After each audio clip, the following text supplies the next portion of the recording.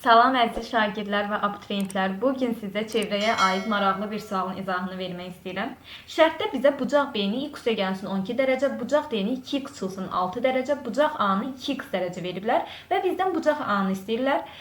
Şəkildə də gördüyümüz kimi bucaq B və bucaq D AC qövsünə söykənən, yəni eyni qövsə söykənən daxilə çəkilmiş bucaqlardır. Çevrə dərsindən də bizə məlum olduğu kimi çevrə daxilinə çəkilmiş bucaqlar, yəni eyni qövsə söykənən bucaqlar bir-birinə bərabərdir. Bucaq B bərabərdir bucaq D.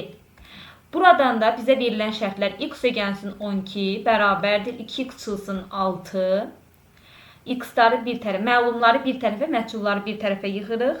X bərabərdir 18 və bizdə bucaq A bərabərdir 2x olduğundan 2 vurulsun 18 bərabərdir 36 dərəcə tapmış oluruq.